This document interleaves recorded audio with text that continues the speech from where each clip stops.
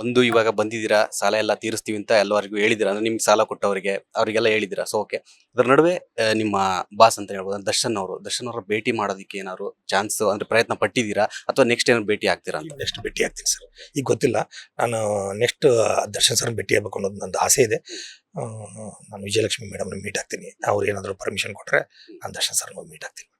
ಈಗ ಮುಂದಿನ ನಿಮ್ಮ ಜೀವನ ಪ್ಲಾನ್ ಏನ್ ಮಾಡ್ಕೊಂಡಿದ್ದೀರಾ ಅಂತ? ನಾನು ಒಂದು ಸೆಲೆಬ್ರಿಟಿ ಸ್ಟಾರ್ ಬ್ರಿಡ್ಜ್ ಅಂತ ಒಂದು ಸೆಲೆಬ್ರಿಟಿ ಮ್ಯಾನೇಜ್ಮೆಂಟ್ ಕಂಪ್ನಿ ಮಾಡ್ತಾ ಇದ್ದೀನಿ. ಅದ್ರ ಬಗ್ಗೆ ಡೀಟೇಲ್ ಆಗಿ ಆಮೇಲೆ ಮಾತಾಡ್ತೀನಿ ಸರ್, ಪ್ಲೀಸ್. ಸೊ ಅದೇ ಇವಾಗ ದರ್ಶನ್ ಅವ್ರದ್ದು ಈ ಒಂದು ಕೇಸಲ್ಲಿ ಒಳಗಡೆ ಇದ್ದಾರೆ. ಸೊ ನಿಮಗೆ ಅಷ್ಟು ಸುಮಾರು ವರ್ಷದಿಂದ ಅವ್ರ ಜೊತೆ ಒಡನಾಟ ಮಾಡಿದ್ರೆ, ಸೊ ಅವಾಗ ಏನಾದ್ರು ಆತರ ಅನ್ಸಿದ್ ದರ್ಶನ್ ಅವ್ರ ವ್ಯಕ್ತಿತ್ವ ಆತರ ಇತ್ತ, ಕೊಲೆ ಮಾಡೋಷ್ಟು ಮಟ್ಟಿಗೆ ಹೋಗ್ತಾರೆ ಅಂತ ಅನ್ಸಿದ್ಯಾ ಅಂತ? ಸಾಧ್ಯನೇ ಇಲ್ಲ ಸರ್, ಸಾಧ್ಯನೇ ಇಲ್ಲ. ನಾ ಹೇಳಿಲ್ಲ ಸರ್, ದರ್ಶನ್ ಸರ್ ಮಗು ಇದ್ದಂಗೆ, ಭಾರಿ ಒಳ್ಳೆ ಮನುಷ್ಯ. ಹಚ್ಕೊಂಡ್ಬಿಟ್ರೆ ಅವರೇ ಯಾರಿಗೆ ಬೇಕಾದ್ರೂ ತಮ್ಮ ಪ್ರಾಣ ಕೊಡೋ ರೇಂಜಿಗೆ ಇದ್ದಾರೆ. ಅವ್ರನ್ನ ಇಷ್ಟಪಟ್ಟು ಬಿಟ್ರೆ ಆ ಥರದ ವ್ಯಕ್ತಿ ಅವರು. ಅದು ಏನು ನಡೀತು ಅಂತ ನನಗೆ ಗೊತ್ತಿಲ್ಲ, ಅದ್ರ ಬಗ್ಗೆ ನಾವು ಮಾತಾಡೋಕ್ಕಾಗಲ್ಲ ಸರ್.